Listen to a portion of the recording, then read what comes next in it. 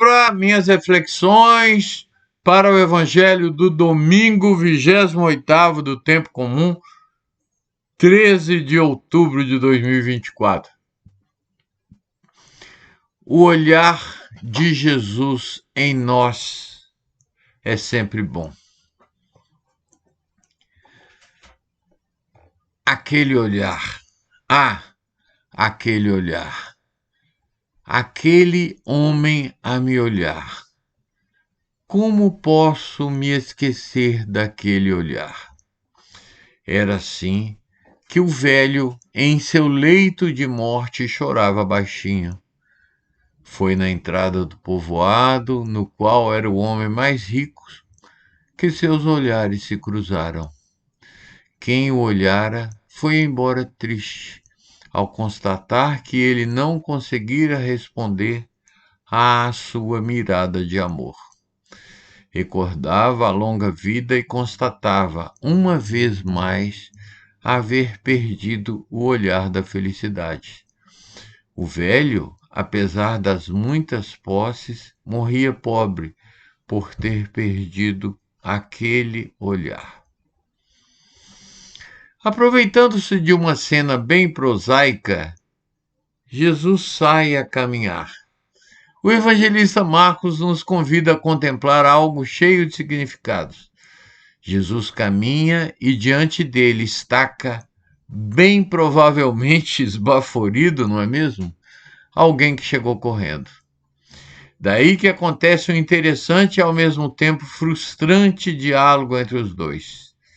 Em seguida, e aproveitando-se do fato, Jesus, no seu papel de mestre, continuará ensinando os seus discípulos. O homem corre para Jesus e isso não deixa de ser surpreendente.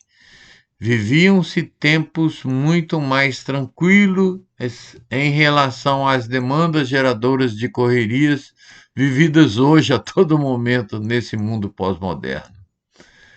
O relato evangélico nos diz que Jesus andava, e isto reforça o fato de que não era necessária aquela desabalada carreira para se aproximar dele. Bem, isto é o que está dito, mas o que Marcos quer realmente nos afirmar está bem mais além. É que depois de se tornar conhecimento da boa nova,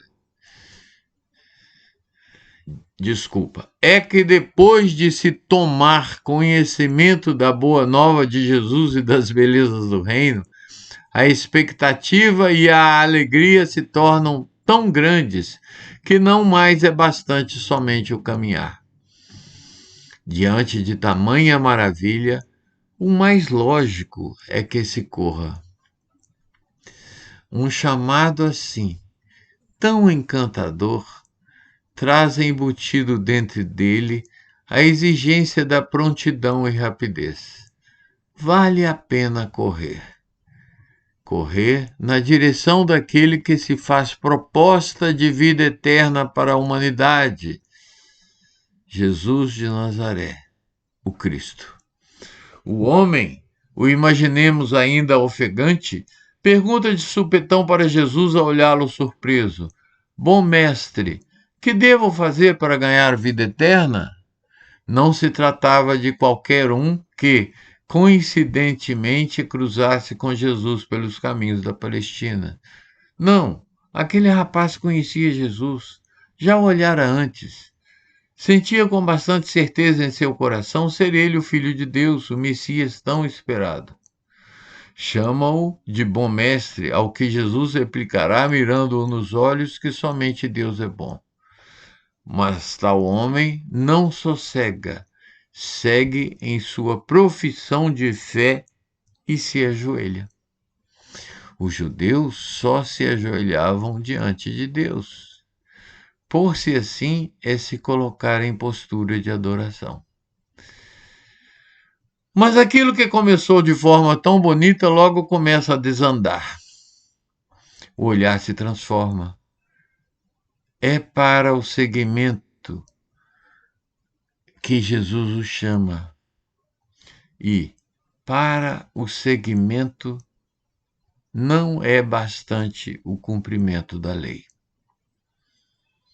É preciso ir além para se tornar efetivamente discípulo missionário do Senhor. Para o seguimento, há que se ser livre, e a lei somente não é libertadora. A liberdade pressupõe assumir o amor como absoluto da vida. E isso significa tratar, a partir daí, todas as coisas como relativas diante dele. E aquele jovem possuía outros amores, diferentes deuses. Em relação aos bens, não se devem fazer análises de valor. Eles em si mesmos não contêm um sinal de mais ou de menos. São neutros. O que irá se fazer com eles, a maneira como serão cobiçados, olhados, isto sim é que irá nos conduzir para a liberdade do crescimento, a nos enviar para o infinito da vida eterna, ou a prisão de nos manter fixados em coisas perecíveis e incapazes de preencher o nosso coração. Tudo é bom, mas nem tudo nos convém. Ensina-nos sabiamente Paulo. Impressiona a frustração de Jesus com este homem. Certamente que viu nele, de novo olhar, não é? Muitas potencialidades e possivelmente até o tenha imaginado como um dos grandes líderes do início do cristianismo. É bonito vê-lo se aproximar correndo e triste observá-lo a sair cabisbaixo e lentamente. Prisioneiro da riqueza, fez dela Deus em sua vida. Não conseguiu dar o salto rumo à liberdade inerente ao seguimento do Senhor.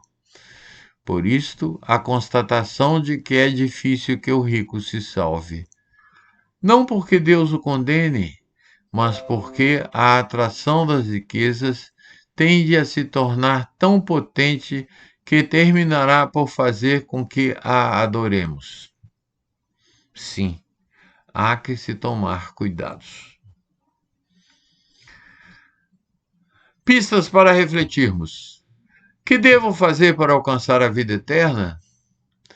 Os bens que possuo me aproximam de Deus através dos irmãos ou me afastam deles? De que maneira acolho em mim o olhar de Jesus? Um bom domingo para todos, uma boa semana, na certeza de que Deus é bom, como diz o homem, né? O jovem desse evangelho de hoje.